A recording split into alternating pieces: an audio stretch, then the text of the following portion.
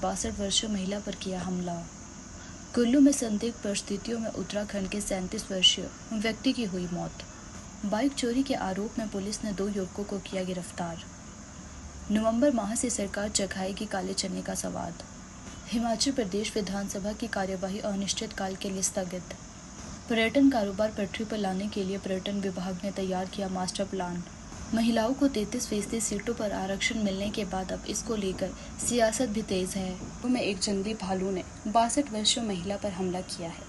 महिला बुरी तरह से जख्मी हुई है, जिसे उपचार के लिए कुल्लू अस्पताल ले जाया गया। घायल महिला की पहचान 62 वर्षीय खेलो देवी पत्नी ढाले राम गांव निशाला के रूप में हुई है। जानकारी के अनुसार बीते कल खेलो देवी अपनी बहन रेशमा देवी के साथ अपने मायके रूमसू गांव जा रही थी।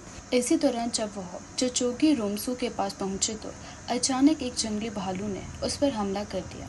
इसी दौरान महिला ने शोर मचाना शुरू किया, जिससे कि भालू वहां से भाग गया। लेकिन जब तक भालू वहां से गया तब तक महिला बुरी तरह से घायल हो चुकी थी। महिला के सिर और पैर पर काफी ज्यादा चोटें आई है। महिला ने फोन पर गांव के लोगों को हमले के बारे में सूचित किया, जिसके बाद गांव के लोगों द्वारा महिला को कुल्लू अस्पताल ले जाया गया।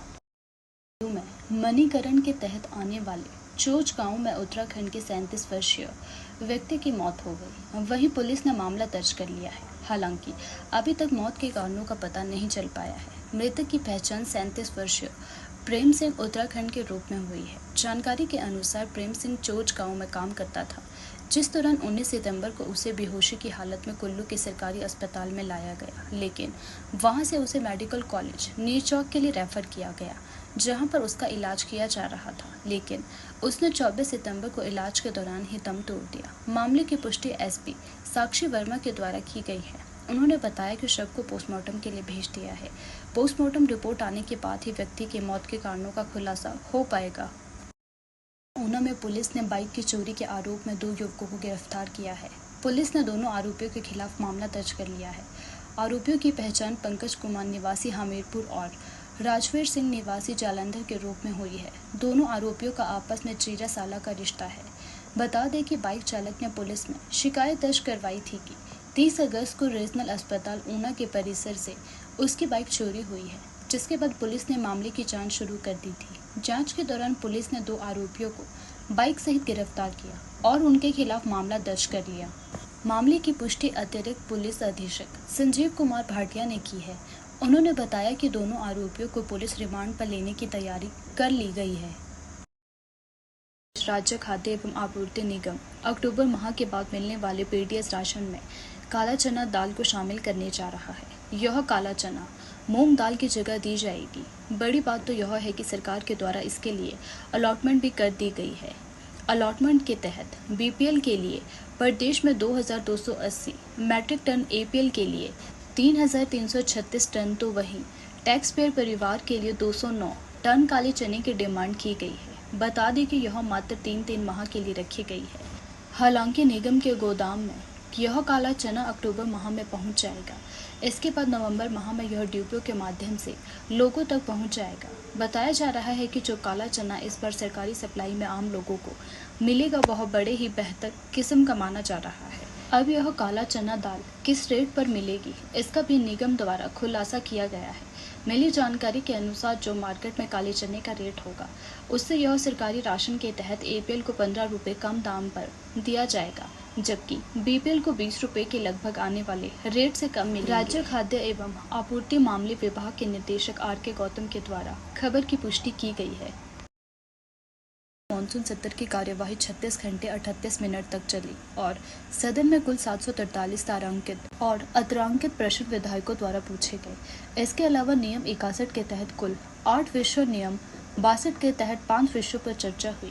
नियम 102 के तहत एक सरकारी संकल्प पारित किया गया, जिसमें प्रदेश में आई आपदा को लेकर 3 दिन तक चर्चा चली, जिसमें पक्ष और विपक्ष के 52 विधायकों ने भाग लिया और अंत में हिमाचल सरकार ने आपदा को राष्ट्रीय आपदा घोषित करने के साथ हिमाचल को 12,000 करोड़ के विशेष आर्थिक मदद देने के लिए केंद्र सरकार को प्रस्ताव भेजा गया है। इस बार का विधानसभा का ये सत्र अलग परिस्थितियों का सत्र था, क्योंकि आपदा एक बहुत बड़ा विषय था और स्वाभाविक रूप से उस पर चर्चा होनी थी। और जैसा विधानसभा अध्यक्ष महोदय जी ने भी आप सबके सामने जिक्र किया कि बहुत लंबी चर्चा हुई और बहुत सारे सदस्यों, अधिकांश सदस्यों ने उसमें हिस्सा भी लिया। और उसके पश्चात और भी जो मसले थे प्रदेश से संबंधित, उन प्रश्नों का, उन डिस्कशंस का यहाँ चर्चा होना स्वाभाविक था, वो भी हुई है। लेकिन उसके बावजूद भी बहुत सारे मामले ऐसे थे जो विपक्ष की ओर से नोटिस दिए थे। शायद समय की कमी एक कारण रहा होगा, लेकिन उन पर चर्चा नहीं हो पाई। जैसे लॉ एंड ऑर्डर एक बहुत महत्वपूर्ण विषय था जो डेफर हुआ है अगले सत्र के लिए डेफर हुआ है। हेल्थ का एक बहुत बड़ा विषय था जो 130 के अंतर्गत विपिन सिंह परमार जी ने दिया था, वो भी डेफर हुआ है।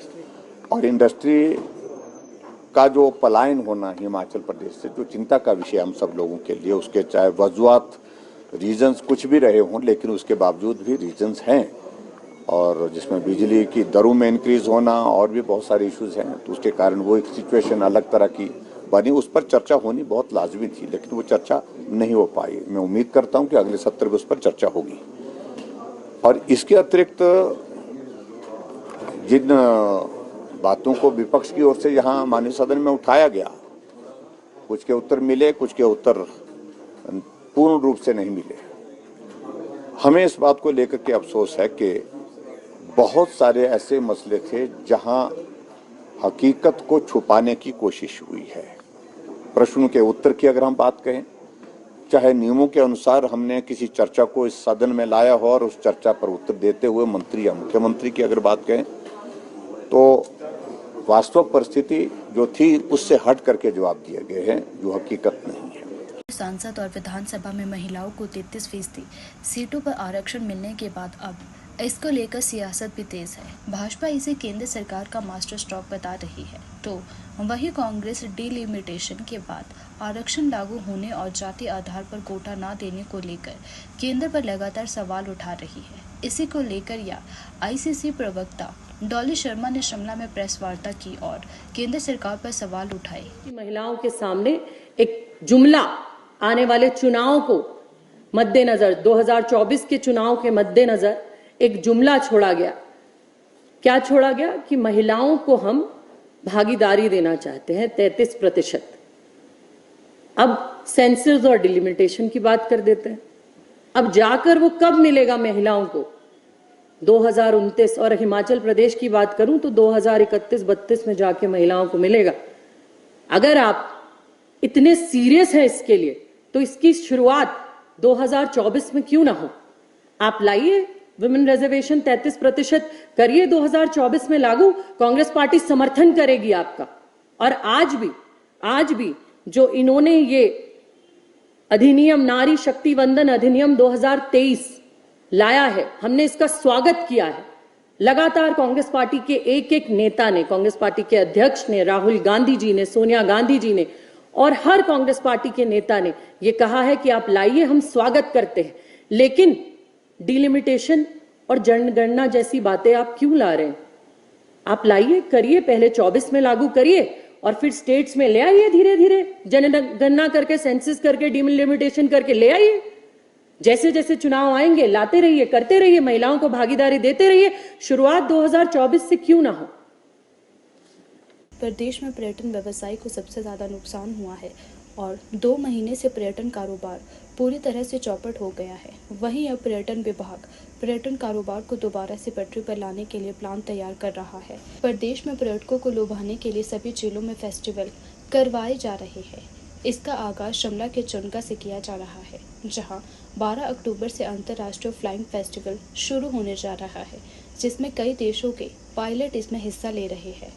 पर्यटन निगम के अध्यक्ष RS बाली ने कहा कि हिमाचल में आपदा से भारी नुकसान हुआ है और इस आपदा में पर्यटन कारोबार को सबसे ज़्यादा नुकसान हुआ है और अब पर्यटन कारोबार पटरी पर लौट रहा है। पर्यटन काफ़ी तादाद में प्रदेश के अलग अलग पर्यटन स्थलों पर पहुंच रही है। पर्यटकों के मन में जो डर था वह भी अब निकल गया है। पर्यटन को बढ़ावा देने के लिए सभी जिलों में फेस्टिवल करवाए जाएंगे। अच्छा काम चल रहा है, काम हो रहा है रात दिन, पर कई अन्य हैं जिसमें काम अभी तक चालू नहीं हुआ। उसके ऊपर मैं आज नहीं बोलूंगा, अगली बार बोलूंगा। थोड़ा सा मैं समय देना चाहता हूँ इनको, क्योंकि आज भी खाली पड़े हुए हैं, उसमें कोई काम नहीं हो रहा। तो कहीं ना कहीं देखो स्टेट गवर्नमेंट के काम है, कहीं ना कहीं सेंट्रल गवर्नमेंट के भी काम है। एनएच जो बनाना है लोगों ने सेंट्रल टूरिस्ट के पास समय नहीं है, वो आएगा अपनी फ्लाइट लेगा, दुबई से चलेगा, लंदन से चलेगा, मैक्सिमम वो एक फ्लाइट चेंज कर सकता है। दुबई से लंदन से चल के आपका कशी नहीं करूंगा। आज मैं ये नहीं कहूंगा कौन सा काम चालू हुआ कौन सा नहीं हुआ, इसके ऊपर दोबारा प्रेस कॉन्फ्रेंस करेंगे। पर कई एनएच का काम चालू हुआ, कई का काम चालू नहीं हुआ, आप खुद पता कराइए। आप पता कराइए कि ये नेशनल हाईवे जो है वो सेंट्रल गवर्नमेंट